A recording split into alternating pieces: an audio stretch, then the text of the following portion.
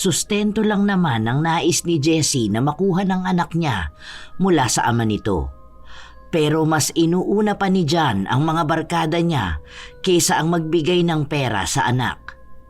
Nang hiramin nito ang anak para sa isang family outing, nagawa niya pa itong ibenta para may malikom na pera pantusto sa bisyo at kalayawan ng barkada niya.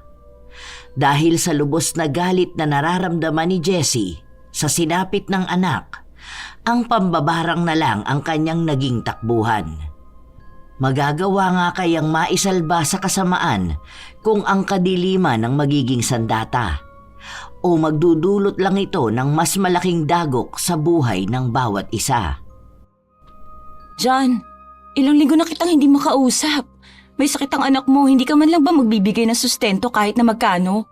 Sa susunod na buwan mag-aaral na to. Kailangan din ng anak mo ng pera. Ilang beses ko bang sasabihin sa'yo na magbibigay ako kapag may pera na ako? Masyado mo ako inuobliga dyan sa anak mo. Inoobliga kita?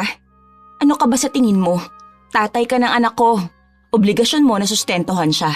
Yun ang pinangako mo sa akin noon. Ilang beses ka bang nagbigay? 6 na taon na si Julia. Pero halos bilang lang sa daliri ang sustentong naibigay mo. Lumalaki ng anak mo. Mas lumalaki rin ang gastos. Ano ba naman na 500 ang pinakamalaking naibigay mo? Tapos ilang taon pa bago nasundan. Ano ba? Paulit-ulit na lang. Umalis ka na nga rito. Saka sa susunod, wag mo akong pupuntahan kapag nasa galaan ako, ha? Pinapahiya mo ako sa mga barkada ko eh. Hindi kita pinapahiya. Dahil nagtatanong lang ako kung makakapagbigay ka ba. Ayan, nag-aasta ka kasing walang responsibilidad. Mabuti pa sa alak nakakapaglabas ka ng malaking pera. Buti pa yung mga barkada mo pinaglalaanan mo ng oras. Samantalang ang anak mo, halos ayaw mo makita. Anong klaseng ama ka? Pwede ba wag ka rito gumawa ng eskandalo? Birthday ng tropa ko, oh. Tapos yung bata ang gusto mong unahin ko? Binata ako. Wala akong asawa kaya gagawin ko lahat ng gusto kong gawin. Maghintay ka kung maibibigay ako sa anak mo. Huwag ka lang susunod, ha. Pinapahiya mo ako sa mga barkada ko. Dinuro ni John ang dating kasintahan habang ang pagbabanta ay mababakas sa mga mata nito. Mabigat na paghinga lang ang ibinahagi ni Jessie habang nakikita si John na masayang nakikihalubilo sa mga kaibigan nito. 5 taon na silang hiwalay at meron silang isang anak. Barkada rin ang naging dahilan ng hiwalayan nila. Kahit na may pamilya na kasi ito, hindi niya kayang iwan ang pagiging binata niya. Madalas pa na kapag kasama niya ang barkada niya, nagkakaroon ito ng iba't ibang babae. Nang magpasya silang tapusin ang relasyon nila, nangako si John na susustentuhan nito ang kanilang anak na hindi naman niya ginawa. Habang mag-isang umaalis si Jessie sa harapan ng bahay ng barkada ni John, sumalubong sa kanya ang kaibigan niya. "Oh, ano nangyari sa usapan niyo? Huwag mo sabihin sa akin na tumanggi na naman siya maglabas ng pera para sa anak niya." Ano pa nga ba? Naubos na raw niya ang buong sahod niya sa pagbili ng alak. Birthday kasi ng isa niyang tropa. Siya raw ang sumagot. Aba, ayos yan. Siya pa talaga ang sumagot. Samantalang nung birthday ng anak niya kahit cake hindi siya makapag-ambag. Masyado lang yung pabida sa mga chicks. Ay, kapal na mukha niya, Nino. Dapat kasi ipapulis mo yan para alam niya ang obligasyon niya. Kapag sinabi ko yan sa kanya, ang sasabihin niya lang sa akin, hindi naman daw kami kasal. Ay, hindi ko na alam. Basta na-stress ako masyado. Nakapag-CA na ako sa work ko. Kawawa ka naman, Mars. Ilang beses ka nang lumalapit dyan sa ex mo, kahit magkano walang maibigay sa anak. O eto, tanggapin mo na to, pandagdag mo sa panggastos nyo. Eto pa, gamot ni Julia. Binilan ko na rin ng vitamins at bukas, kapag nakuha ko yung balikbayan box na padala ni Kurt, dadalan ko kayo ng chocolates at gatas, ha? Hindi na, Mars. Ano ka ba? Okay na itong mga naitulong mo sa akin. Huwag na yung pera. Saka salamat dito sa mga nabili mong gamot. Sorry para tuloy naging obligasyon yun na ako. Nakakahiya naman sa asawa mo. Wala pa nga kayong anak, pero daig niyo pa yung sumusustento ng bata. Ano ka ba naman? Inaanak ko si Julia at bilang ninang niya, ginagawa ko lang naman ang maitutulong ko. Maliit na bagay lang naman yan. Tanggapin mo na yan, mahirap tanggihan ng grasya. Salamat talaga, Mars. Hindi ko alam kung saan kami pupulutin kung wala ka. Labis ang tuwa na nararamdaman ni Jessie dahil sa mga naitulong sa kanya ng kaibigan niya. Dahil sa gamot na bigay ni Vicky, umayos na rin ang pakiramdam ng bata. Kinabukasan, habang nagwawali si Jessie ng bakuran, napansin niya ang bagong lipat nilang kapitbahay. Mag-asawa yon na matanda na. Nagbigay pa siya ng ngiti nang tingnan siya nito. Kinahapunan, nagpunta sa bahay nila ang kaibigan niya na may dalang pagkain. Mars, kumain na ba kayo? May dala pala akong sopas oh. Oo nga pala, kumusta na ang inaanak ko? Ayun, maayos na siya kahit papano. Salamat nga pala dito. Sandali lang, isasalin ko lang para maibalik ko kagad ang mangkok. Oo nga pala, napansin mo ba yung bagong lipat? Ah, si Manang Lala? Oo, kanina nakita ko sila. Mag-asawa yun. Ang galing nga eh. Matanda na sila pero magkasama pa rin. Nakausap ko na yun kanina. Sabi nila binili raw ng anak nila yung bahay na yun para sa kanila. Gusto raw kasi nilang tumira sa tahimik na lugar. Natawa nga ako eh. Kako, paano magiging tahimik dito? Bunga nga pa lang ni Marites tuwing umaga mabubulabog ka na. Maririnig niya kako yun tuwing gigisingin nun yung mga anak nun para pumasok sa school. Loko ka talaga. Kinwento mo pa talaga sa kanya yun? Ay, aba syempre. Dapat lang malaman niya para hindi siya magulat. Pero alam mo ba, parang may something. Something? Anong something? Kasi narinig ko silang mag-asawa. Nag-uusap kasi sila nun. Ganito kasi yun. Di ba nagluto ako ng sopas, tapos magdadala ko sa kanila. Then, narinig ko sila na pinag-uusapan ng tungkol sa pambabarang. Sabi ng lalaki na sana daw sa bago nilang bahay, wala na silang dadalhing itim na mahika. Medyo natakot nga ako eh. Siguro marunong yun mambarang, no? Dapat pala palagi akong mabait sa kanila. Naniwala ka naman sa ganun. Mukha naman silang mababait. Saka may totoo bang barang? O kung totoo man yun, siguro napakasamang tao naman ang magpapabarang ng kapwa niya. Well, not unless masamang tao rin ang babarangin. Sandaling natahimik ang dalawa. Dahil ayaw ni Jessie ang ganong mga usapan, iniba na lang niya ang tema. Hindi rin kasi naniniwala si Jessie sa mga mahika dahil alam niyang gawa-gawa lang yun ng mga tao na iniisip na mabilis silang makakaganti sa mga taong umagrabyado sa kanila. Kung sakali man na tunay yun, alam niya na ang paghiling ng masama sa kapwa ay maaaring may balik na mas malaki. Sa paglipas ng mga araw, naging maayos ang lahat sa kanya. Hanggang sa muling nagparamdam sa kanya ang dating kasintahan. Nagpunta ito sa bahay nila na may dalang pasalubong sa bata. Nandyan ba si Julia? Natutulog pa. Mamaya lang magigising na yon. Ano palang ginagawa mo rito? Wala lang. Namimiss ko lang ang anak natin. Saka, may papakisuyo sana ako sa'yo eh. Kung pwede lang naman. Tungkol saan? Hiramin ko lang sana si Julia. Kasi uuwi si ate sa susunod na araw. Gusto niya makita ang pamangkin niya. Banding lang sa pamilya namin. Ilang araw? Mga 3 araw lang naman. Ako ang susundo at mag-aatid. Para lang makasama din ng pamilya ko yung bata. Hindi yung tinatago mo sa pamilya namin. Nakagalit nga si ate. Pinapakuha na sa akin yung bata. Dahil baka raw hindi mo naaalagaan na maayos. Ang sabi ko, maayos naman sa'yo yung bata at nagbibigay naman ako ng sustento. Nakita niya yata sa picture na nangangayayat si Julia eh. Talagang yan pang sinabi mo sa ate mo? Bakit kaya hindi mo sabihin sa kanya na kaya hindi mo kinukuha ang anak mo dahil ayaw mo mahiwalay sa barkada mo? Hindi ko pinapabayaan ang anak ko. At anong sustento? Masyado ka naman palang nagiging huwarang ama sa pamilya mo. Hindi ba nila nakikitang ginagawa mo sa buhay mo? Oh, bakit ka magagalit? Yun naman ang totoo. Nagpadala ako ng pera kay Julia noong nakaraang buwan, di ba? Bakit? Hindi ba sapat sa bata ang 500 sa loob ng 5 buwan? Hindi naman magastos ang bata. Patawa ka rin, no? Mas mabuti pang umalis ka na rito. Dalin mo yung donut na dala mo. Alam mo may ibang bata, dadalan mo pa ng matamis. At hindi ko ipapahiram ang anak ko. Magpapanggap ka na namang ama niya dahil andyan ang mga kapatid mo. Wala ka ng karapatan sa anak ko. Yun, dalhin mo ang mga barkada at babae mo para makita ng mga kapatid mo kung sinong sinusustentuhan mo. Lumayas ka rito! Pinagtulakan ni Jessie ang dating kasintahan palabas ng kanyang bahay. Habang ginagawa niya ito, nakikita siya ng matandang babae na nakaupo sa tapat ng bakuran nito. Nakakaramdam man ng hiya si Jessie, ipinagpatuloy niya pa rin ang pagpapalayas dito. Ganyan ka ba makitungo sa tao? Ngayon mas lalo mong pinapakita ang ugali mo. Mas wala kang karapatan sa bata. Ganyan ba ang gusto mong kalakayan niya? Anong karapatan mong pangaralan ako sa pagiging magulang?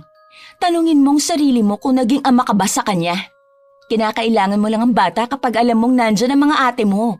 Tapos gagawin mong gatasan para magbigay sila ng pera. Wala ka na bang may panlilibre sa barkada mo? Huwag mong pagsalita ng ganyan ng barkada ko.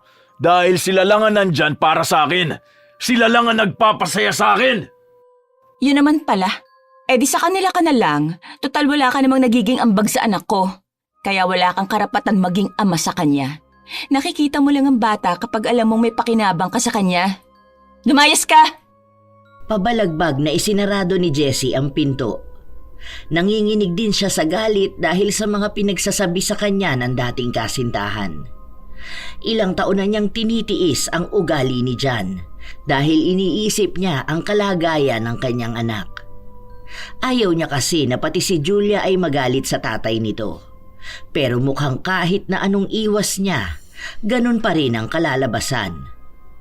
Lumipas ang mga araw, patuloy pa rin na nangungulit si John para makuha ang bata. Nakakainis naman. Bakit ba ayaw akong tantanan ng lalaki na to? Porket ba't nandiyan ang mga kapatid niya? Samantalang nung mga nakaraan, nakablock pa ako sa kanya. Ayaw rin niyang dalawin ang anak niya. Sinabi ko naman kasi sa'yo, Mars, lumipat na kayo ng bahay. Tapos i-block mo na rin yung mga kamag-anak niyang asawa mo. Tingnan mo nga, pati mga kapatid niya kung ano-anong sinasabi sa'yo, wala naman silang alam sa ginagawa ng kapatid nila. Tingnan mo, ako papatol sa mga yan. Hindi ko na alam, Mars. Gusto ko rin naman na makilala ng anak ko ang pamilya ng tatay niya. Ayokong ilayo siya sa mga yon. Kasi kahit papano ay kamag-anak din niya yon. Ayoko naman matulad siya sa akin na hindi man lang kilalang mga kamag-anak ng tatay ko. Nakukuha ko ang point mo, pero damay-damay na kasi yan. Tingnan mo nga, sinabihan ka pang malandi. Talagang pinaparinggan ka sa Facebook. Hindi man lang ba nila inaalam ang dahilan kung bakit kayo naghiwalay ni John? Na masyado siyang mabarkada at ang daming babae. Tapos ngayon binabaliktad ka na para lang makuha ang bata sa'yo? Hindi kumibo si Jessie. Malalim ang iniisip niya dahil gusto niyang ipahiram ang bata sa tatay nito. Pero iniisip niya rin na maaaring hindi maging komportable ang anak niya kapag ginawa niya yun. Oh, ano ba ang desisyon mo? Sa sobrang tahimik mo dyan, mukhang may meeting kayo ng sarili mo. Kakausapin ko ang ate ni John. Sa kanya ko ipagkakatiwala ang anak ko dahil wala akong tiwala kay John. Pero baka mailang si Julia kapag nagpunta siya doon. Hindi pa naman siya sanay na wala ako sa tabi niya. Ilang araw daw ba siya hihiramin? 3 araw nga daw, kasi pupunta sila ng Batangas. May family outing daw doon. Pero bago ako pumayag, gusto ko masigurado na may mag-aalaga ng anak ko. Kilala ko si John, walang pakialam yun sa bata. Magdesisyon ka na ngayon dahil malamang sa malamang. Bukas andito na ang angka ng hinayupak na yun. Katulad nga ng sinabi ni Jessie, sinubukan niyang tawagan ng ate ni John.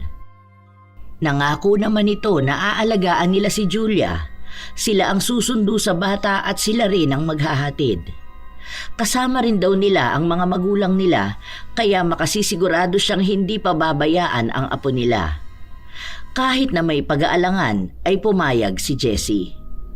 Inihanda niya rin ang mga gamit ng anak niya at ipinaliwanag sa bata ang dahilan. Anak, doon ka muna kina Mamang Lita ha. Kukunin ka nila bukas, tapos uuwi ka rin after 3 days. Makakasama mo sila Tita Glenda mo. Nandun din si Papa mo. Magpakabait ka ha. Marami kang mga pinsan doon na makakalaro mo. Mabigat sa kalooban ni Jessie na mawawalay sa kanya ng 3 araw ang anak niya. Nang sumapit ang kinabukasan, sinundo ni John ang anak niya. Kasama nito ang mga kapatid. Noong una ay ayaw pang sumama ni Julia, pero napakiusapan nito ng kanyang ina na dapat kahit na paano ay nakikihalubilo siya sa mga kamag-anak ng kanyang tatay. Siguraduhin mo lang natutupad kayo sa napagkasunduan natin, ha? Oo, salamat pumayag ka. Aalis na kami. Kumaway lang si Jessie sa anak niya habang umaalis ang sinasakyan nila. Hindi pa man tuluyang natatapos ang araw, nakakaramdam na ng lungkot ang dalaga dahil sa pag-iisa niya. Sa paglipas ng mga araw, walang naging paramdam sa kanya ang mga kaanak ng dati niyang kasintahan. Doon na siya nakakaramdam ng kaba.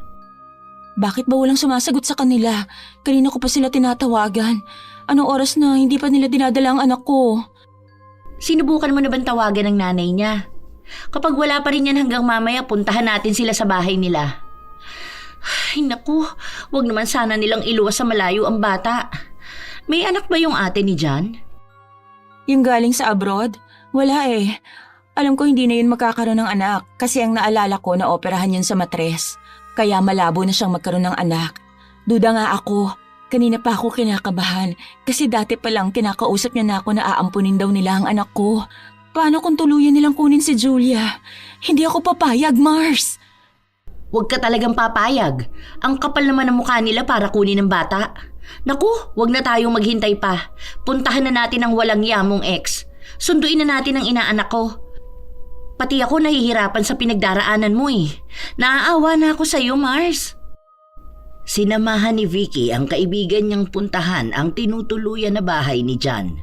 Pero ang sinabi sa kanya ay umalis na ito doon nung nakaraang araw pa. Kaya sinunod nilang puntahan ay ang bahay ng bunsong kapatid ni John, kung saan doon din niya naabutan ang dati niyang kinakasama. Noong una ay ayaw siyang labasin ng lalaki. Kahit na anong pilit niyang pagtawag, walang sumasagot sa loob ng bahay. John, alam kong nandyan ka.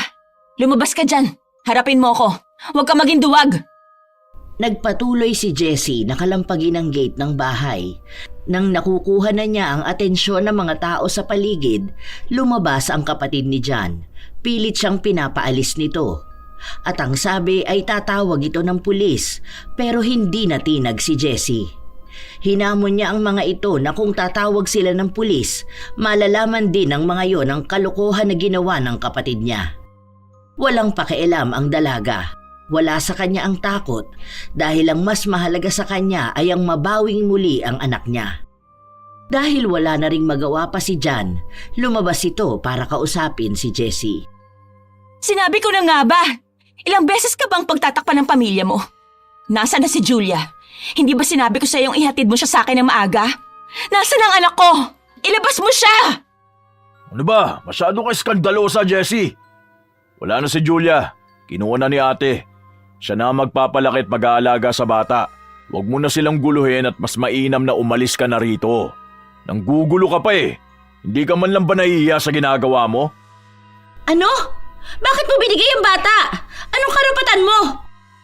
Ako ang tatay at alam ko na mabibigyan siya ng magandang buhay ng ate ko. Doon na lang siya. Mabibilan siya ng mga bagay na gusto niya. Pag-aaralin pa siya sa magandang paaralan. Mas mapapabuti ang buhay niya ron. Hindi katulad kapag kasama mo siya. Wala ka naman na itutulong sa bata eh. Sinasama mo pa sa kahirapan mo. Maganda na rin yun. Hindi mo na ako obligay na magsustento dahil may kusa ng bubuhay sa kanya. Kaya pwede ba umalis na kayo rito? At wag na kayong babalik pa.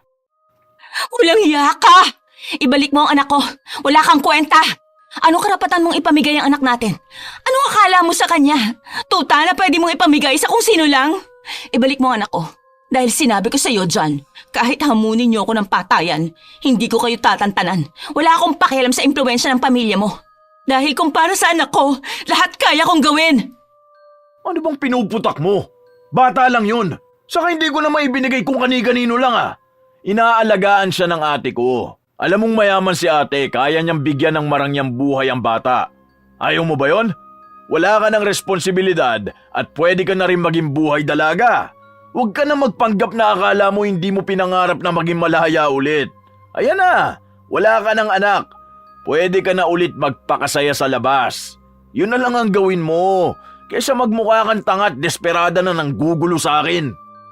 Hindi ko kailangan maging buhay dalaga. Ang kailangan ko ang anak ko. Wala akong pakialam kung mas gusto mo maging malaya. Basta ibalik mo si Julia sa akin. Wala na. Pumunta na sila ng probinsya. Pinapasikaso na rin ang papel ni Julia para makaalis ng bansa. Wala ka nang magagawa. Wala ka rin naman pera para maghabol eh. Tsaka wag mo na akong guluhin ha. Ikaw rin naman ang may kasalanan nito eh. Kung sana hindi ka pilit ng pilit sa aking sustentuhan yung anak mo, di sana hindi ko naisipan na ibigay na lang kay ate. Alam ko na.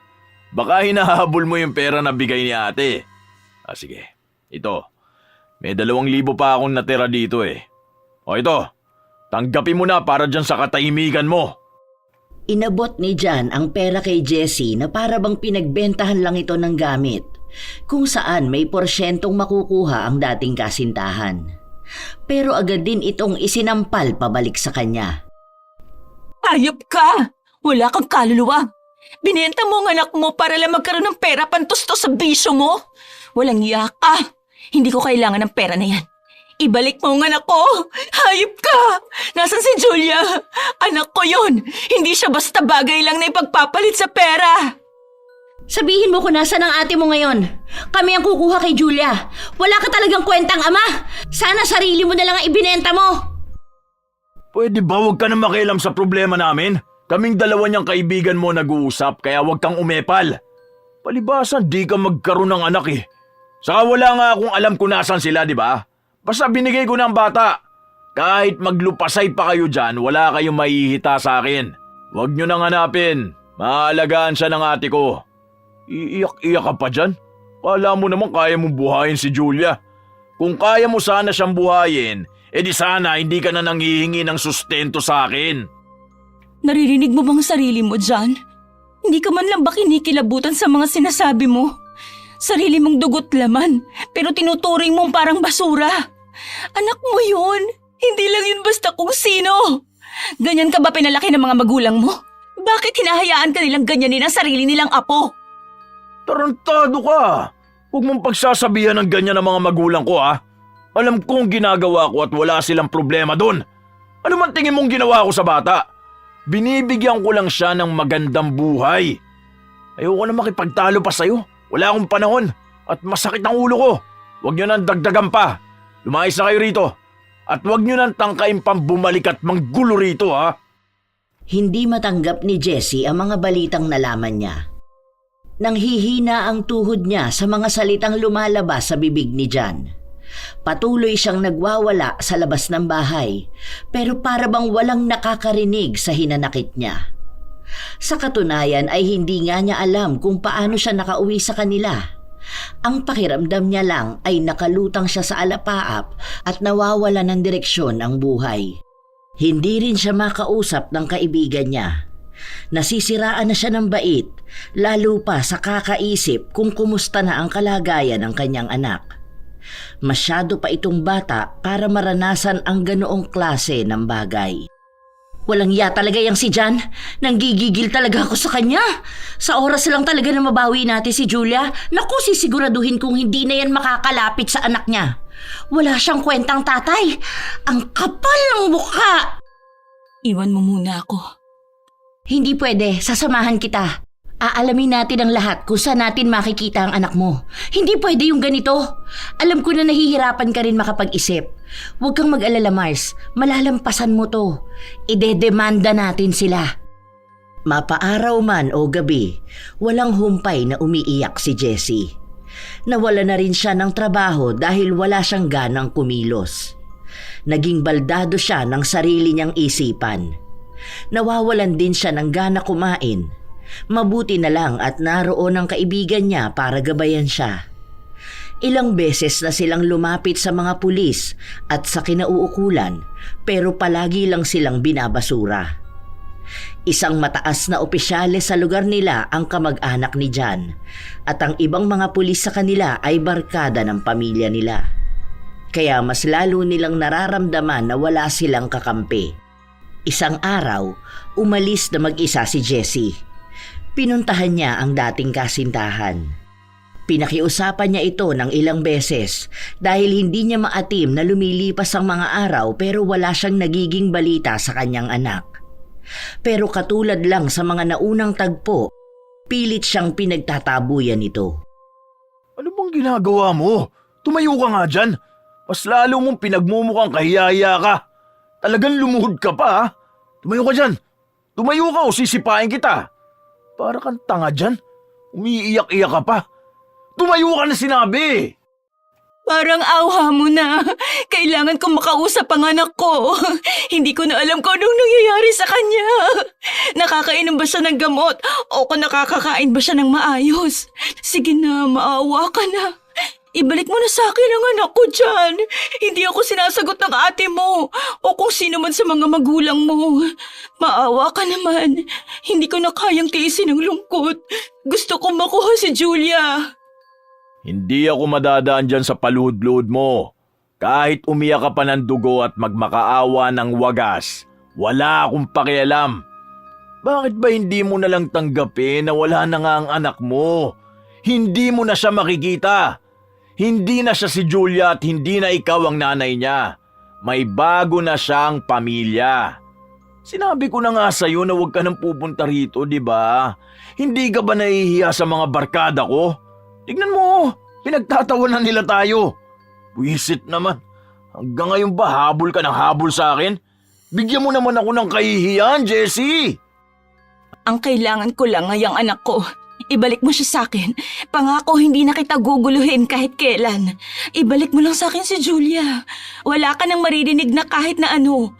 Hindi mo na rin kami makikita pa. Parang awa mo na dyan. Parang awa mo na. Tigas sa ulo mo! Bahala ka nga dyan! Pinigilan pa ni Jessie na umalis ang dating kasintahan pero sinipa lang siya nito na naging dahilan upang mapahalik siya sa lupa. Umalis ng tuluyan si John nang hindi man lang siya nililingon. Si Jessie naman ay walang humpay sa pagluha. Ayaw niyang umalis doon hanggat hindi sa kanya sinasabi kung saan niya matatagpuan ang anak niya. Dahil sa awa ng isang karelasyon ng barkada ni John, nilapitan nito si Jessie at tinulungang tumayo. Hindi na kasi niya maatim ang ginagawang pagmamakaawa nito na hindi naman din pinapansin. Parang awa mo na. Tulungan mo naman ako na makita ang anak ko. Hindi ko kayang wala siya sa buhay ko. Ayaw sabihin ni John kung nasaan siya. Pangako, hindi na ako magpupunta rito basta makuha ko lang ang anak ko. Nag-aalangan pa ang babae na tulungan siya nung una. Pero mahigpit nitong hinawakan ang kamay ng babae. Ang mga namumugto niyang mata ay puno ng pagsusumamo.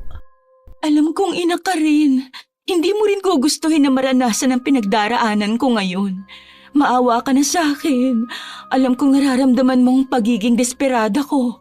Para sa anak ko, sige na. Hindi napigilan ng babae na maluha dahil sa pagmamakaawa ni Jessie. Kahit nakaibigan ni John ang asawa niya, tinutulungan nito si Jessie. Alam ng babae kung saan nanunuluyan ang kumuha sa anak nila dahil minsan na itong nabanggit ni John.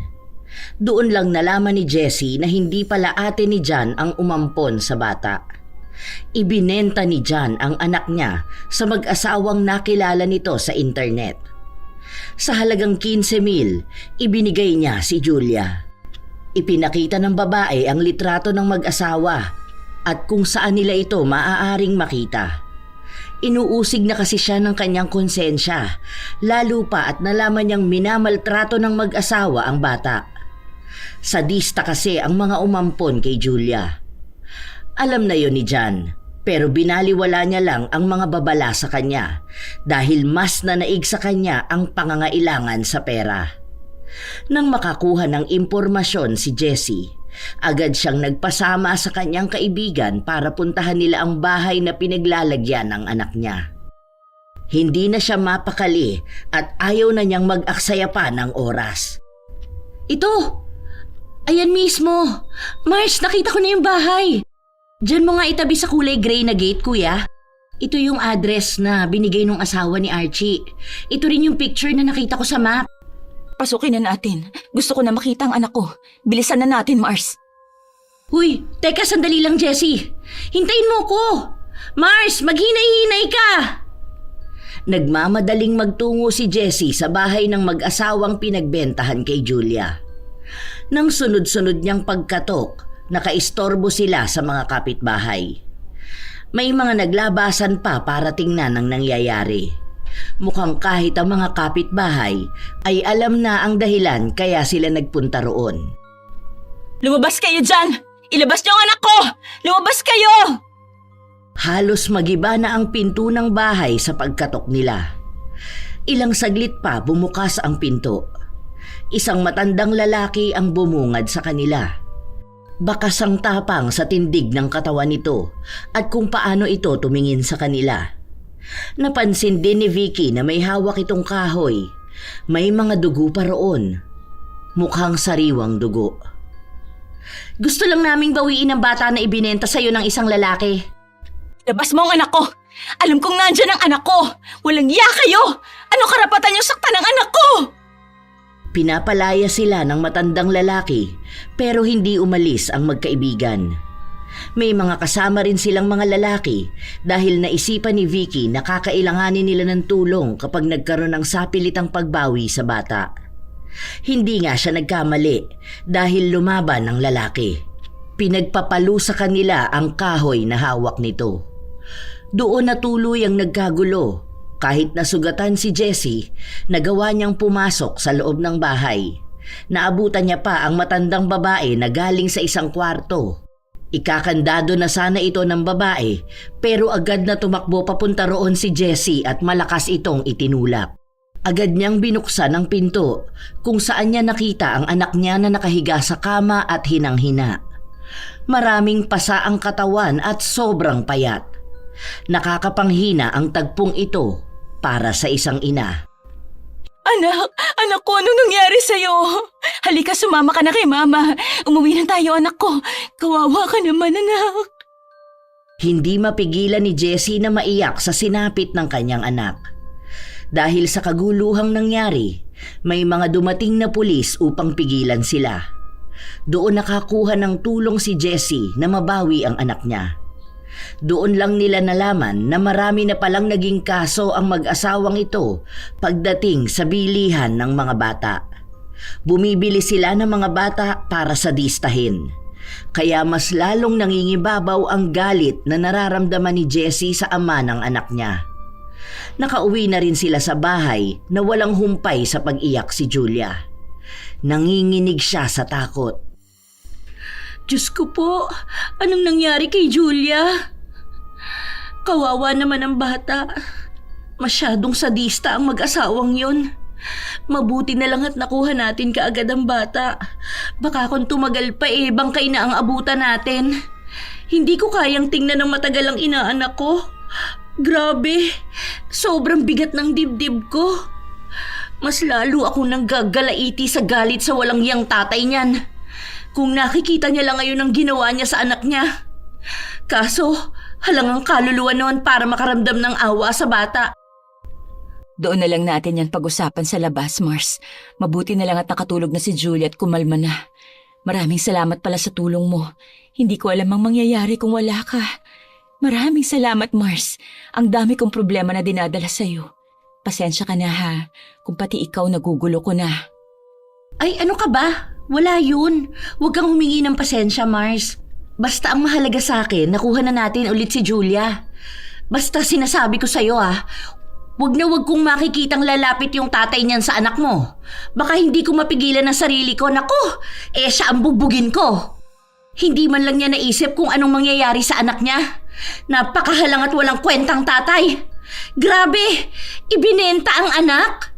Tapos ayan, muntikan pang mamatay. Wala man lang pakialam sa bata. Hay, nakakapanginig ng laman. Hindi na talaga ako papayag na makalapit pa yan sa anak namin. Sisiguraduhin kong may kalalagyan siya. Naaawa ako sa anak ko, Mars. Ilang taon pa lang siya. Ganyan ang inabot niya. Hindi ko akalain na ipagpapalit siya ng tatay niya sa 15,000. Ang sakit sa dibdib kasi yun lang ba ang halaga ng anak niya para sa kanya? Tapos isang araw niya lang inuubos ang pera na yun sa mga barkada at babae niya. Diyos ko po, mas mahalaga pa ang bisyo kaysa sa anak. Huwag na muna natin pag-usapan yan. Ikaw rin, Mars, magpahinga ka na ha. Alam kong pagod ka at ang dami mo ring pinagdaanan. Tabihan mo na si Julia para mapahinga mo na rin yung utak mo. Hayaan mo bukas na bukas, pupunta tayo sa doktor para mapagamot natin ang bata. Grabe ang pangangayayat ng inaanak ko. Labis ang pagpapasalamat ni Jessie sa kaibigan niya dahil sa mga naitulong nito sa kanya. Habang lumilipas ang mga araw, unti-unti na ring gumagaling si Julia. Nagiging maayos na ang pangangatawan niya. Dahil sa tulong ng kanyang ina, nakakalimutan na ng bata ang masalimuot niyang pinagdaanan. Bumabalik na ang pagiging bibo niya. Nagiging masiyahin na ulit ang bata na mas kinakatuwa ng kanyang ina. Dahil sa nagiging maayos na ulit ang buhay ng mag-ina malayo kay John, nagparamdam na naman ito na para bang wala siyang masamang ginawa. Bakit ba ayaw mo ko ipakita sa anak ko? Gusto kong makamusta ang bata. Nag-aalala ko para sa kalagayan niya. Lumayas ka rito dahil baka mapatay kita. Ang kapal ng mukha mo para magpakita pa. Matapos na mga ginawa mo sa kanya, binenta mo ang anak mo sa mga kapwa mo halang ang kaluluwa. Munti ka na siyang mamatay. Pinahirapan mo siya dahil dyan sa lintik mong bisyo. Lumayas ka na rito. Wala kang karapatang tawaging anak si Julia matapos na mga ginawa mo sa kanya. Wala kang karapatan maging ama. Tigilan mo ang pagpapanggap mong nag-aalala ka sa kanya, ha? Dahil alam naman nating wala kang pakialam sa anak mo. Puro sarili mo lang ang iniintindi mo. Ngayon nagmamatapang ka pa? Sige, tignan natin kung hanggang saan kakakampihan ng katapangan mo. Makukuha ko rin ang anak natin. Ako ang ama niyan, kaya may karapatan ako sa bata. Huwag mo akong pagsasalitaan na akala mo isa kang mabuting ina.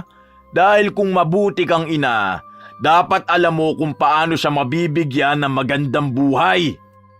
Sige, ngayon mo ako hamunin. Tignan natin kung hanggang saan din naaabot ang kakapalan ng pagmumukha mo. Bakit wala ka bang pera? Ipagkakaluno mo na naman ang bata para may panlibre ka ng alak sa mga kaibigan mo. Hindi ka na makakalapit pa sa anak ko. Kahit pagbali-baliktarin mo ang mundo, anak ko yan. May karapatan ako sa bata. Magulang ako at kaya ko rin makuha ang anak ko. Kaya huwag kang umasa na parang ikaw lang ang gumawa sa kanya. Dahil kung wala ako, wala si Julia. Hindi mo maaalis ang karapatan sa akin bilang isang ama. Dugot laman ko ang nananalaytay sa kanya. Bilang isang ama? Hindi ka ba kinikilabutan sa sinasabi mo? Tingin mo ba sapat na binuo mo sa matres ko si Julia para matawag kang ama? Ni minsan hindi ka naging ama sa kanya. Tandaan mo yan. Nung mga panahon na nagdurusa siya sa mga kamay ng mga taong pinagbentahan mo, nasan ka? Hindi ba nandun ka sa mga barkada mo? Nakakatulog ka ng mahimbing habang halos mamatay na ang tinatawag mong anak sa kamay ng mga bumili sa kanya. Ganyang klaseng ama ba ang pinagmamalaki mo sa akin? Ha? Tandaan mo to, Jessie. Hindi mo may tatago sa akin ang anak ko. Dahil kahit saan parte mo tingnan, ama pa rin ako niyan. Mas may karapatan ako sa buhay niya. Lumayas ka rito! Lumayas ka! Nakikipagmatigasan si John. Ayaw niyang umalis hanggat hindi niya nakikita ang bata. Nang makita siya ni Julia, hindi tumigil sa pag-iyak ang bata. Dahil bumabalik sa alaala nito ang mga ginawa sa kanya ng kanyang ama. Dahil doon, napilitan na ring umalis si John at pinakalma ni Jessie ang anak. Habang lumilipas sa mga araw at linggo, may mga kamag-anak si John na pumupunta sa bahay nila para kunin ang bata. Pero wala silang magawa dahil ayaw na itong ipahiram ni Jessie. Kahit ang lolo't lola ni Julia na ang lumalapit sa kanila, wala ni isa sa kanila ang pinakinggan ni Jessie. Dahil simula noong pumayag silang ibenta ni John ang anak nito, doon pa lang ay nawala na sila ng karapatan na tawaging kadugo ang anak niya. Umalis na po kayo rito. Bago pa po ako mawala ng respeto sa inyo. Kahit po anong gawin nyo, hindi ko na muli pang ipagkakatiwala sa inyo ang anak ko. Dahil baka hindi ko na siya makita pang muli. Tapos na po ang ugnayan nating lahat. Dahil nung mga panahon na naghihirap ang anak ko, wala kayong ginawa para iligtas siya. Ngayon, gusto niyong kunin ang tiwala ko? Wala na pong natitira pa. Kaya utang na loob, tigilan niyo na po ako. Lubayan niyo na kami ng anak ko. Huwag niyo na pong gawing miserable ang buhay ng bata. Dahil kung totoong mahal niyo siya, dapat sinimulan yung pangaralan ng anak ninyo sa pagkakamali niya. Hindi yung pilit ninyong pinagtatakpan. Matapos itong sabihin ni Jessie ay agad niyang isinarado ang pinto. Patuloy siyang ginugulo ng pamilya ni John. Dumating pa sa punto na nagkaroon sila ng kasunduan sa barangay kung saan dapat ay ipapahiram ang bata sa ama nito sa tuwing Sabado at Linggo, pero hindi pa rin pumayag si Jessie. Sa galit ng pamilya ni John, gusto nilang iakyat ang kaso para makuha ang kustodiya ng kanyang anak. Talagang hindi niyo kami titigilan ng anak ko? Ano pa bang gusto mo? May mas malaki bang offer sa'yo? Mas malaki bang magiging benta mo sa anak ko kaya habol na habol ka? Hindi ko alam ang sinasabi mo. Huwag mo akong pagbintangan. Baka ikaw ang gumagawa ng masama. Ngayon lumalabas na sa sarili mong bibig na ibinebenta mo ang sarili mong anak. Maganda yan, dahil mas may magiging laban kami sa'yo. Makukuha ko rin si Julia. Mas may kakayahan akong buhayin siya kesa sa'yo. Magkakasubukan tayo. Hindi ako natatakot. Sisiguraduhin kong dadaan ka muna sa bangkay ko bago mo muling mahawakan ng bata. Sige, tignan natin kung hanggang saan naaabot ang katapangan mo. Hindi nagpatinag si Jessie. Ayaw niyang patulan ng ama ng kanyang anak, pero punong-puno na siya. Habang nagpapatuloy ang kaso, nauubusan na siya ng pera at nahihiya na rin siyang humingi ng tulong sa kaibigan niya. Wala rin namang maitutulong sa kanya ang mga kamag-anak niya dahil ang iba roon ay hindi niya kilala. Wala na siyang ibang malalapitan pa.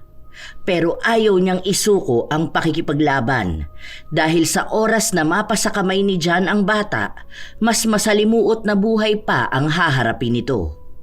Hindi niya hahayaang maging impyerno ang buhay ni Julia.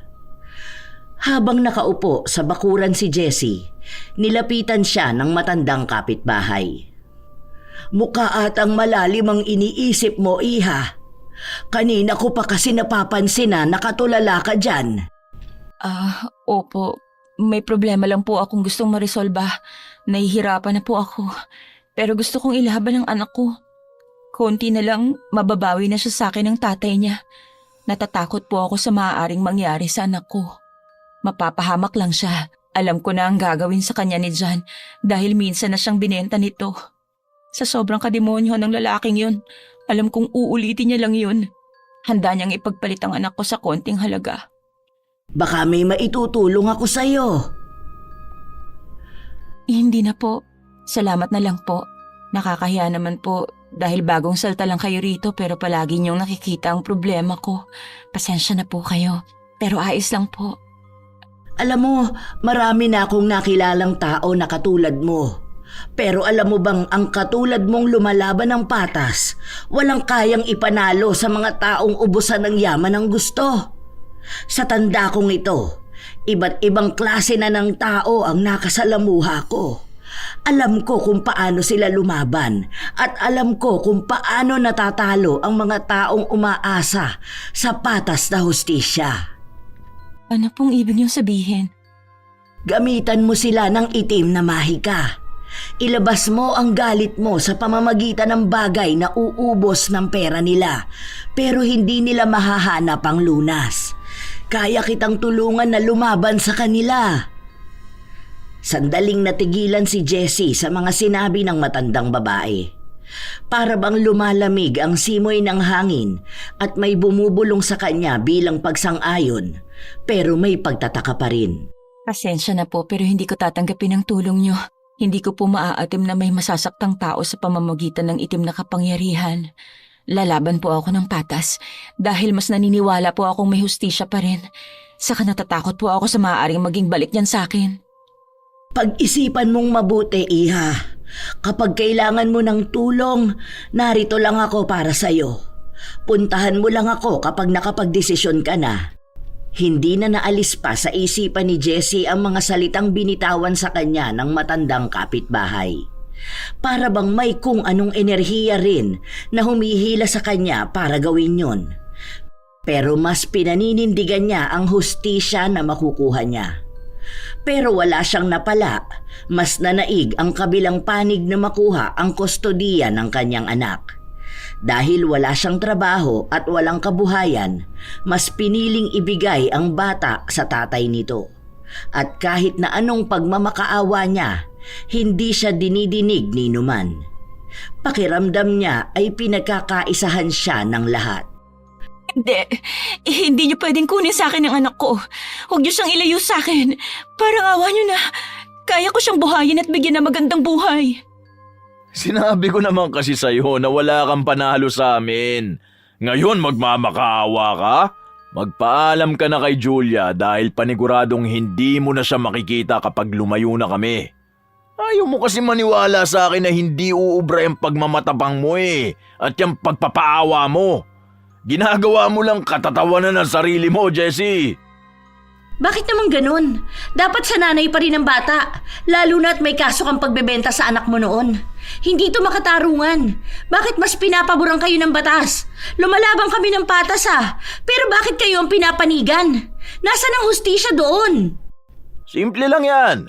Dahil mas may pera ang pamilya namin kesa sa kalaban namin. Mayaman ang ate ko at may mga kamag-anak kaming nanunungkulan. Kaya bakit ka pa magtataka? Makukuha ko ang lahat ng gusto ko. At anong patas ang pinagsasasabi mo? Naniniwala ka pa talaga na sa panahon ngayon na nanalo pa rin ang mga taong lumalaban ng patas? Magkaibigan nga kayo. Pareho kayong talunan. Sige na, aalis na kami ng anak ko. Hindi, sandali lang. Hindi pwede. Anak ko, sumama ka sa akin. Julia, anak. Julia! Hindi tumitigil si Julia sa pag-iyak niya at nais na sumama sa kanyang ina pero hindi ito pinayagan ni Jan. Binitbit niya ang bata papasok sa sasakyan kung saan naroon ang mga kamag-anak niya. Halos mahimatay naman si Jessie habang lumalayo ang sasakyan. Hindi niya matanggap na kahit na anong gawin nila, hindi nila nagawang maipanalo ang laban. Tama nga si Jan. Hindi siya pwedeng umasa na mananalo lang siya basta dahil lumalaban siya ng patas. Pasensya ka na, Mars. Hindi kita nagawang matulungan dito. Ginawa naman natin ang lahat pero wala tayong laban sa kanila. Hayaan mo, iisip ako ng ibang paraan para makuha natin si Julia. Tama nga si Manang Lala. Hindi kailanman mananalo mga taong lumalaban ng patas. Hindi ako papayag na ilayo nila sa akin ang anak ko. Kahit na anong mangyari, babawiin ko siya sa walang niyang pamilya na yun.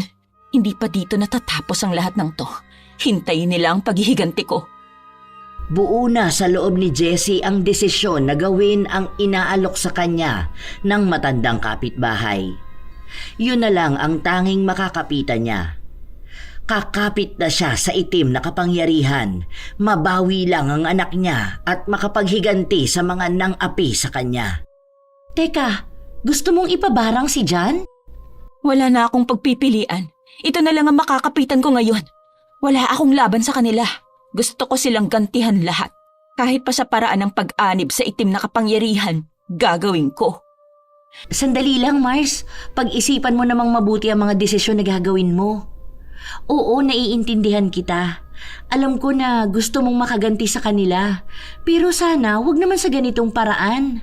Paano kung may maging balik sa'yo mga gagawin mo? O sige, sabihin na natin na nakuha mo nga si Julia pero bigla namang magkaroon ng sumpa sa inyong dalawa. Tingin mo ba makakaya mo yun? Pag-isipan mong maigi ha? Tila ba nahimasmasan si Jessie sa mga salitang binitawan ng kaibigan niya. Naghahalo na sa kanya ang kagustuhan na gamitan ng barang ang dating kasintahan o ang kausapin nitong muli para makuha niya ang anak niya. Pinalipas ni Jessie ang ilang araw. Sinubukan niyang puntahan si Julia sa bahay ng tatay nito pero walang nagpapakita sa kanya. Mula umaga hanggang gabi, nasa labas siya ng bahay. Naghihintay na marinig man lang ang boses ng anak. Hanggang isang hapon, iritadong lumabas si Jan upang kaharapin siya. Nandito ka pa rin? Jessie, Anong oras na? Bakit hindi ka pa umuwi sa inyo? Utang na loob naman, lubayan mo na kami. Hindi ka ba marunong umintindi? John, please, parang awa mo na. Ipakita mo sa akin ang anak ko. Julia! Anak, nandyan ka ba? Anak, lumabas ka dyan. Nandito ako para kunin ka. Anak! Anak, nandito si Mama. Lumayas ka na rito. Wala na rito si Julia. Wala ka nang kukunin dito kaya lubayan mo na ako. Wag ka na magpapakita pa sa akin. Anong ginawa mo sa anak ko? Saan mo na naman lupalop siya dinala? Walang hiya ka! Hayop ka talaga! Binenta mo na naman ang anak ko! Aray, ano ba? Dinadala ko lang siya sa magandang buhay na hindi mo kaya ibigay sa kanya. Hayop! Napakasama mong ama! Talagang hindi ka na naawa sa anak mo! Ginawa mo na naman sa kanya yon. Wala ka talagang pakialam sa nararamdaman niya. Hindi mo siya dinadala sa magandang buhay. Pinaparanas mo lang sa kanya ang impyerno. Itong tandaan mo. Sisiguraduhin ko sa'yo na mababawi ko ang anak ko. Hintayin mong lumuhod ka sa sakit ng gagawin ko sa'yo. Sisiguraduhin kong makukuha mo ang karma mong hayop ka. Nagmamadaling umalis si Jessie at nagtungo sa bahay ni Manang Lala. Buo na sa kalooban niya ang pagpapabarang sa dati niyang kasintahan. Paano po natin magagawa ang pambabarang sa tatay ng anak ko? Wala akong pakialam kung may kapalit na babalik sa akin. Ang mahalaga ay mabigyan ko siya ng leksyon. Masyadong halang ang kaluluwa niya para paulit-ulit niyang ganunin ang anak ko. Ako na ang bahala dyan. Sisiguraduhin kong makakamtan mo ang hustisyang hindi mo makuha sa pakikipaglaban ng patas sa mga taong hindi naman din lumalaban ng tama. Naiintindihan kita bilang isang ina. Huwag ka nang mag-alala pa, Jessie. Dahil sa mga salitang binitawan ng matanda, napanatag ang kalooban ni Jessie na makakabawi siya sa lahat ng kahayupang nagawa ng dati niyang kasintahan. Nasubaybayan niya kung paano gumawa ng ritual si Manang Lala gamit lang ang buong pangalan ni John. Sa totoo lang, nakakaramdam ng kilabot si Jessie sa mga natutunghayan niya, pero mas nananaig sa kanya ang galit. Nang matapos si Manang Lala sa ritual, sinigurado niya kay Jessie na agad ding mararamdaman ni John ang ginawa nila. Hindi na makapaghintay ang dalaga na makita ang pagdurusa ng kanyang dating kasintahan. Kinabukasan, habang mag-isa si Jessie sa loob ng bahay, nakatanggap siya ng mensahe sa asawa ng barkada ni John na kung maaari ay kunin niya si John sa bahay nila dahil simula pa kagabi ay hindi ito natitigil sa pagsigaw. Nabubulahaw lahat ng tao sa paligid nila. Ngayon nararamdaman na niya ang ganti ko. Sisiguruhin kong uunti-untiin kong sakit na yan hanggang sa magmakaawa ka sa harap ko. Katulad kung paano ako magmakaawa sa'yo para lang mabawi ko ang anak ko. Nagtangka nang umalis si Jessie pero naabutan siya ng kaibigan niya. Nakaabot na pala kay Vicky ang balita tungkol sa pagpapalayas kay John ng mga barkada niya dahil nga sa nangyayari sa kanyang kakaiba. Hindi man direktang sinabi ni Vicky pero may pasaring siya na maaaring lahat ito ay kagagawa ni Jessie. Sandali nga lang, huminto ka muna sa paglalakad. Masyado ka nagmamadali na makita si John. Oo, nagmamadali ako dahil gusto ko makita mismo ang pagdarusa niya. Teka, huwag mo sabihin sa akin na tinuloy mo ang pagpapabarang mo sa kanya. Oo, dahil yun na lang ang nakikita kong paraan para makaganti sa kanya. Ayaw niyang ibigay sa akin ang anak ko na maaaring ibinenta na naman niya. Walang kaluluwa ang buong angkan niya at sisiguruhin kong iisa-isahin ko sila sa oras na may mangyaring masama sa anak ko. Pinagkaisahan nila ako para makuha at mailayo sa akin ang anak ko. Ngayon, magkaisa sila sa pagdurusa. Hindi na kumibo pa ang kaibigan dahil nauunawaan niya ang galit na bumabalot dito. Sinamahan ni Vicky ang kaibigan na puntahan si John, kung saan naabutan nila ito sa labas ng bahay. Nakatukod ang kamay nito sa pader at panay ang pagsusuka. Ang ilan naman sa barkada niya ay nakatayo lang sa gilid.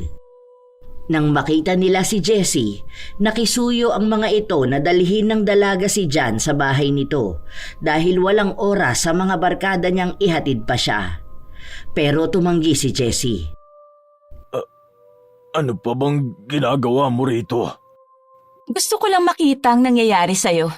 Ayan, nakita mo bang ginawa ng mga barkada mong mahal na mahal mo? Ikaw na ngayon ang tinatakwil nila. Alam mo ba kung bakit? Dahil isa ka na lang pabigat sa kanila.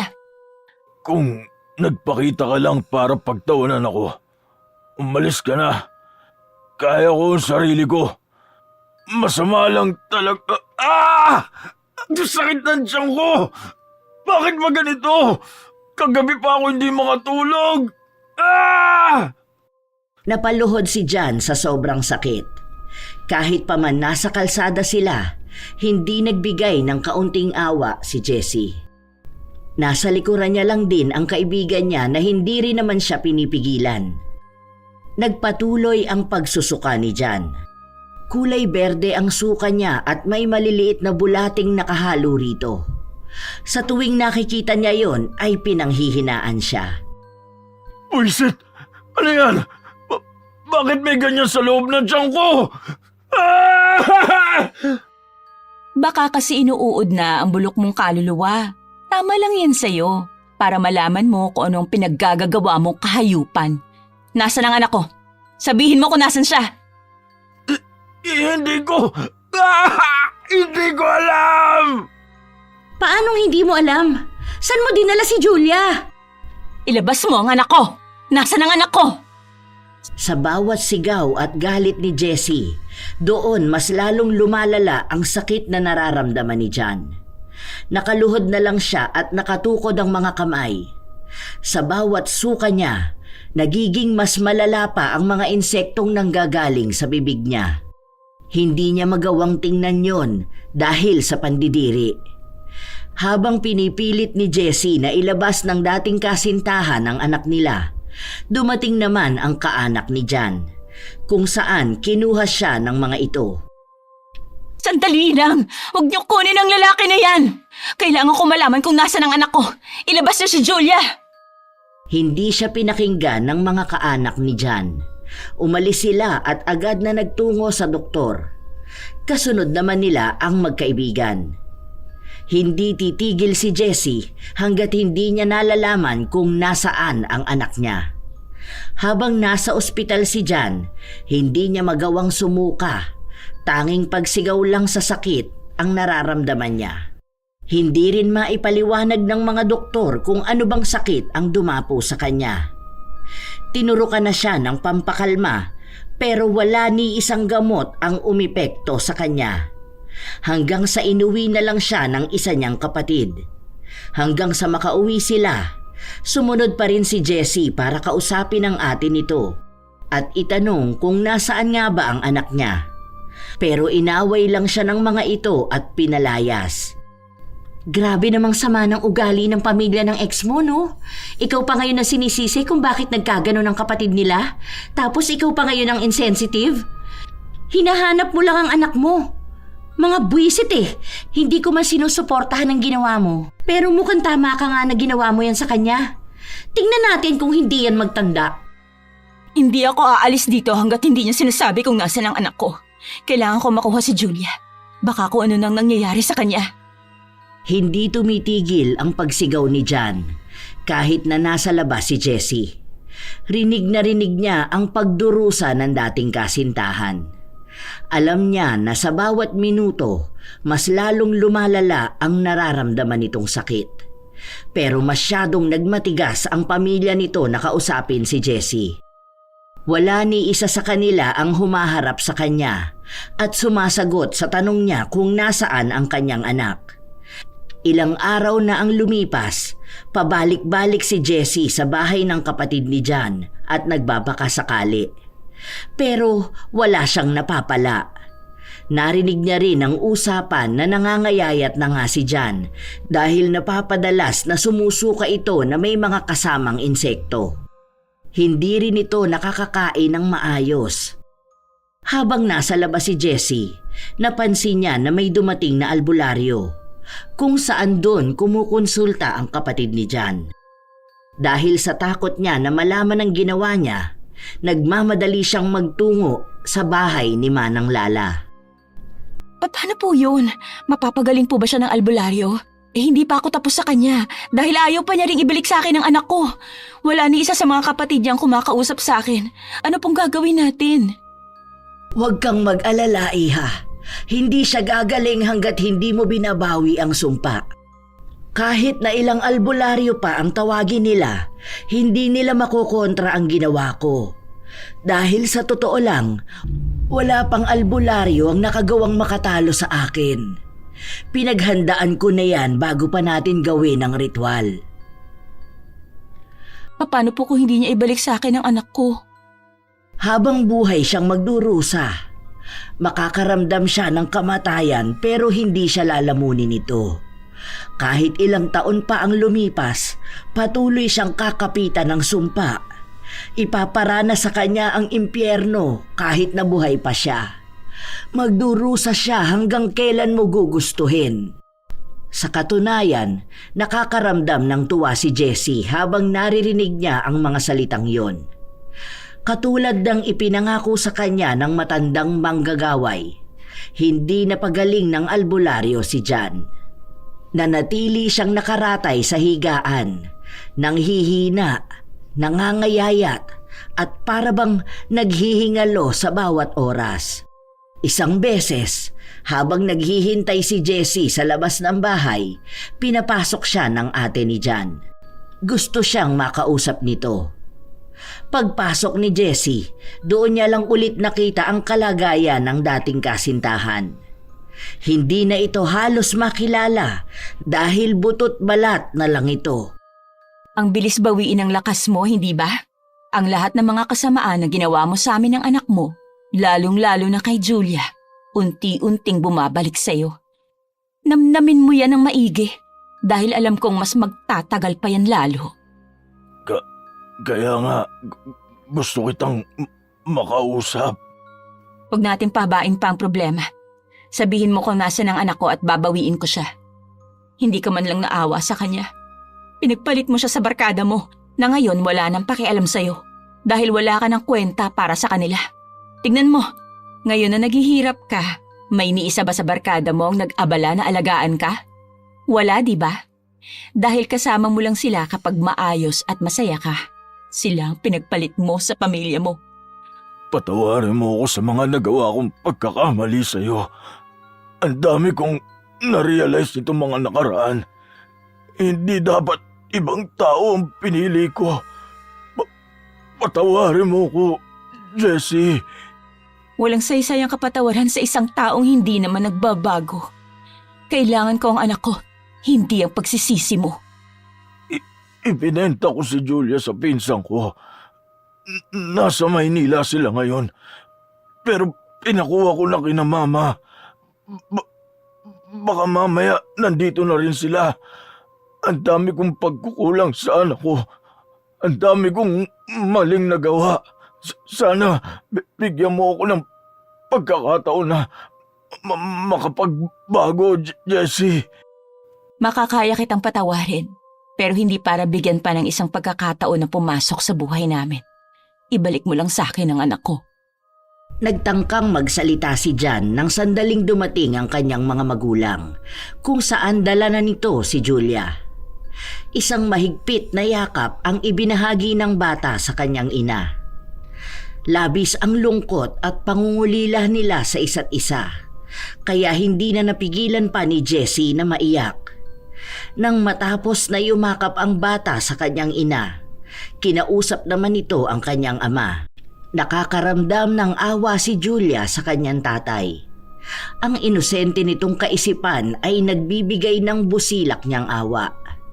Ipinaubaya na rin ng mga magulang ni Jan ang bata sa ina nito dahil sinabi nilang wala silang karapatan na ilayo ito sa kanya dahil una pa lang may mali na ang anak nila sa nagawa sa kanya.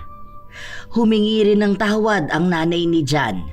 Nagmamakaawa pa siya kay Jessie para patawarin siya nito at ang pamilya nila. dahil ang dami niyang pinagdaanan sa kanilang kamay. Hindi agad tumugon si Jessie dahil nais niyang pag-isipan ang mga bagay. Bago umalis si Jessie, nakausap niyang muli si John. Kahit hindi pa ngayon, sana mapatawad niyo ako ng anak natin. Ang dami kong pinagsisisihan, pero huli na ang lahat.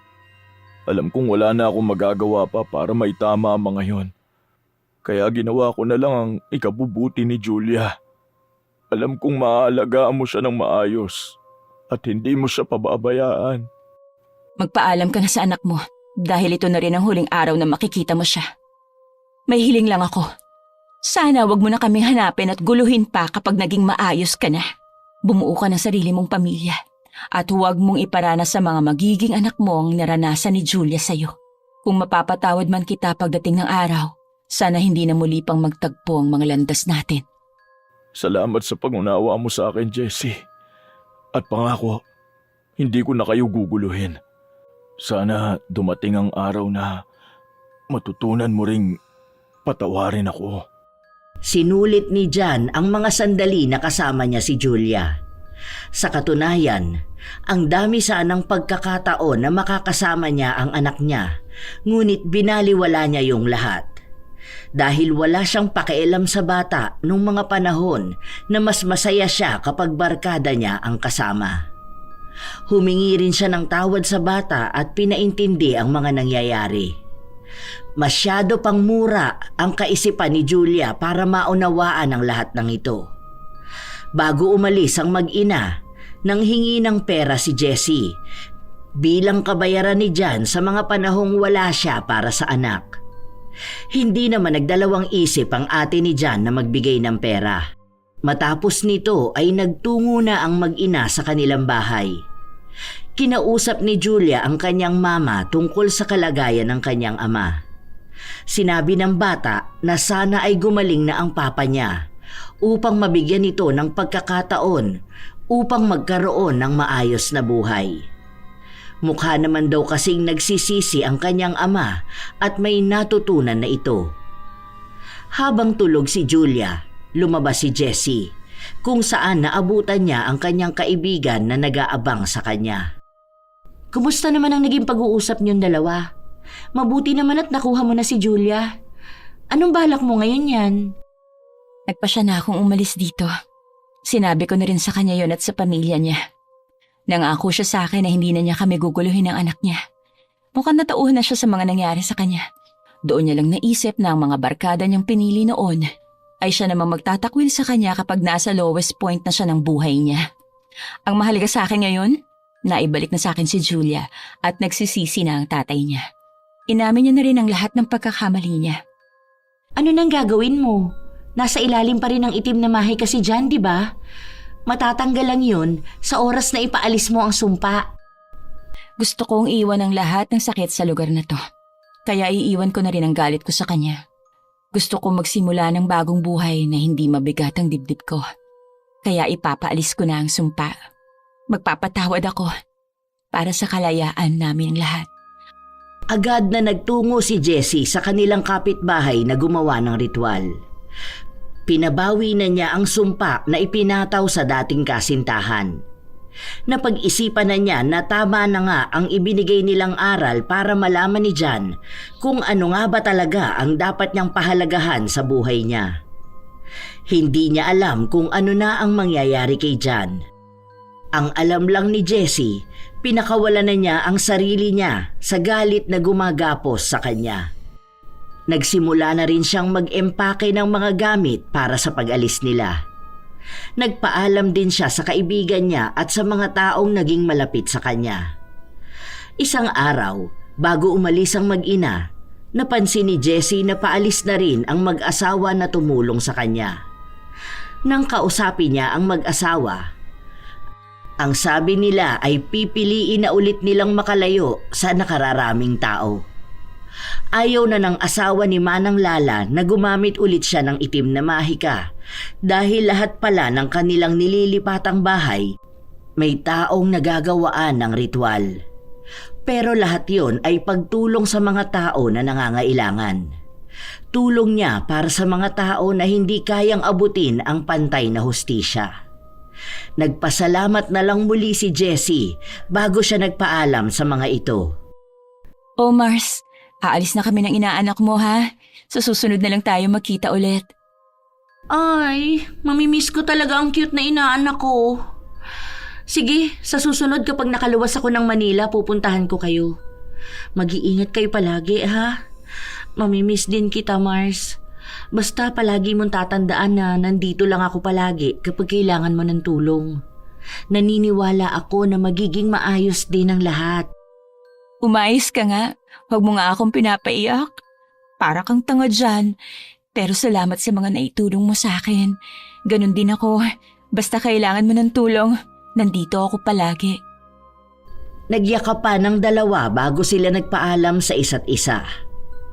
Noong paalis na sila, humiling ang bata na makita ang kanyang ama, kahit na sa huling beses pa. Hindi naman ito ipinagkait ni Jessie. Nagtungo sila sa bahay ni Jan, kung saan nakita niya na unti-unti nang gumagaling ito mula sa kanyang naging malubhang sakit. Kahit na paano ay nakaramdam ng tuwa si Jessie. Naging maayos din ang pakikitungo sa kanya ng pamilya ni Jan. Ilang beses silang humingi ng tawad sa kanya at ang sinabi lang ni Jessie ay hayaan na nila ang oras na hilumin ang mga sakit ng nakaraan.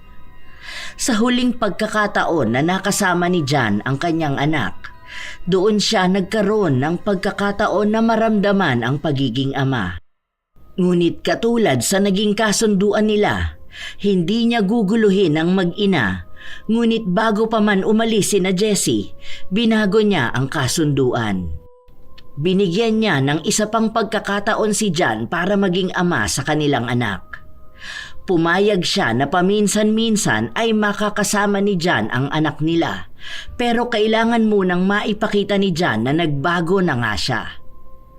Sa tuluyang paglayo ng mag-ina, sisikapin ni Jessie na mabigyan ng kapayapaan ang pamumuhay nila.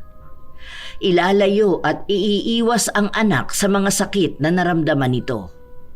Maaaring may masamang naging dulot ang galit sa kanya, na umabot sa puntong ginamitan pa niya ng itim na mahika ang dating kasintahan. Ngunit ngayon, sinisikap na niyang layuan ang madilim na yugto ng kanilang mga buhay at yakapin ng buo ang kapayapaan na hatid ng pagbabago.